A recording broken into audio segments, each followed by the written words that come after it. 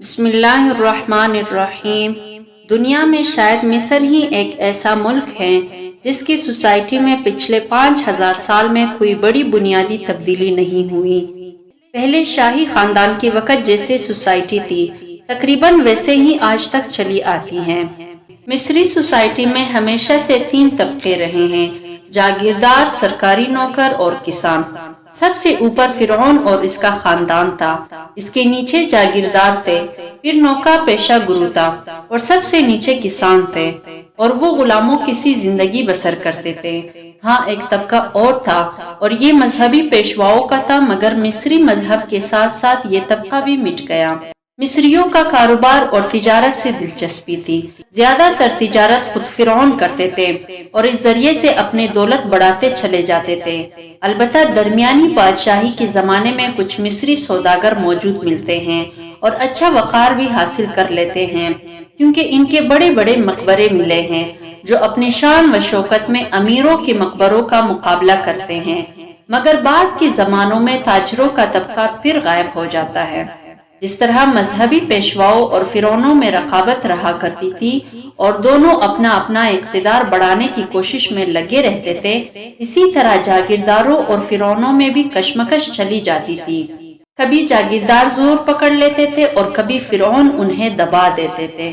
یہ زور آزمائی پہلی بادشاہی سے شروع ہوئی اور مصر کی غلامی تک جاری رہی۔ مصری کسانوں کی حالت بہت بری تھی، زمینیں ان کی اپنی نہ تھی۔ جاگیردار انہیں لگان پر زمین دیتے تھے اور ان کے پیداوار کا بڑا حصہ خود لے لیتے تھے۔ مصر میں نہ لگان نقد لیا جاتا تھا، نہ مال گزاری نقد کی صورت میں وصول کی جاتی تھی۔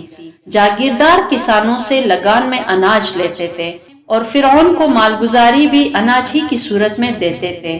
فصل کے زمانے میں کسانوں کی کھیتی کرنی پڑتی تھی اور فصل کے بعد خالی دنوں میں انہیں زبردستی مزدور بنا لیا جاتا تھا۔ شاہی عمارتوں، مقبروں، عمارتوں کے بنانے کا کام ہمیشہ جاری رہتا تھا۔ اس کے لیے مزدوروں کی ضرورت ہوتی تھی۔ مصر میں مزدوروں کا کوئی الگ طبقہ موجود نہ تھا، اس لیے کسانوں کو زبردستی پکڑ کے مزدور بنا لیا جاتا تھا۔ کسان پتھر کاٹتے تھے، انہیں پہاڑیوں سے ڈھو کر عمارت کی جگہ لے جاتے تھے۔ وہ سب کچھ کرتے تھے جو مزدوروں کو کرنا پڑتا ہے۔ مزدوروں کا انتظام فوج جیسا تھا۔ تھوڑے تھوڑے مزدوروں پر ایک سردار ہوتا تھا اور اس کا کام یہ ہوتا تھا کہ مزدوروں سے زیادہ کام لے، اور اگر وہ سستی کرے تو کوڑوں سے پیٹی، مگر مزدوری بہت ہی کم دی جاتی تھی۔ مزدوری نقد کی صورت میں نہیں ہوتی تھی، بلکہ کھانے اور کپڑے کا راشن مقرر تھا، اور یہ اتنا کم تھا کہ مزدور چیخ چیخ اٹھتے تھے اور موقع پا کر ہنگامے بھی کر بیٹھتے تھے۔ آج کل کے لوگ یہ سن کر تعجب کریں گے کہ مزدوری کی ہڑتال نہ موجودہ زمانے کی ایجاد ہے، نہ یورپ سے پھیلی ہے، کیونکہ مصری مزدور بھی ہڑتال کر دیا کرتے تھے۔ ایک پرانے بردی کاغذ پر ایک ایسے ہی ہڑتال کی سرکاری رپورٹ اس طرح لکھی ہے: مردوں کے شہر مزدوروں کو ماہوارہ راشن ملتا تھا، مگر وہ اسے مہینہ پورا ہونے سے پہلے ہی ختم کر چکے۔ ہم بھوکوں مر رہے ہیں، حالانکہ مہینہ میں ابھی 18 دن باقی ہیں، ہمیں اور راشن دیا جائے۔ اور شیر نے وعدے وعید کیے، مگر مزدوروں نے اس کی بات پر یقین نہ کیا اور کام چھوڑ دیا۔ شور مچاتے اور نعرے لگاتے ایک پبلک جگہ جلسہ کرنے کے لیے چل پڑے۔ یہ دیکھ کر پولیس کمشنر اور دوسرے افسر بھی جلسے میں پہنچ گئے اور مزدوروں کو سمجھانے لگے، مگر مزدوروں کی لیڈر نے صاف اور اونچی آواز میں اعلان کیا: ہم کام پر واپس نہیں جائیں گے، اوپر کے حاکموں کو خبر دے دی جائے۔ اس کے بعد رپورٹ لکھنے والا کہتا ہے: ہم نے مزدوروں کی باتیں سنی، واقعی ان کی شکایت ٹھیک ہے، اور لکھا ہے کہ اس ہڑتال کے بعد حکومت نے مہینہ بھر کے بجائے ہر 15ویں روز راشن بانٹنے کا حکم دے دیا۔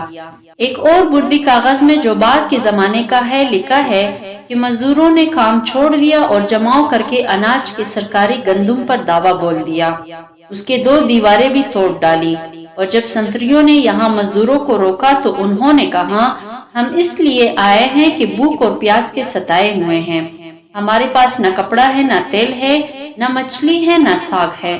ہمارے مالک فرعون کو، ہمارے آقا بادشاہ کو خبر دو کہ ہم مر رہے ہیں، ہماری ضرورتیں ہمیں دے دے، نہیں تو ہم یہاں سے نہ ٹلیں گے۔ لیکن شہنشاہی کے زمانے میں مصری کسانوں کی حالت کچھ بہتر ہو گئی تھی، کیونکہ مفتوح ملکوں سے ہزاروں غلام آنے لگے تھے۔ ساتھ ہی بنی اسرائیل سے بھی زبردستی مزدوری لے جانے لگی تھی، مگر مزدوری کے بدلے اس زمانے میں مصری کسانوں کو فوج میں بھرتی ہو کر لڑنا پڑتا تھا۔ شہنشاہی کے بعد کسان پھر پرانے حالت میں ہو گئے تھے۔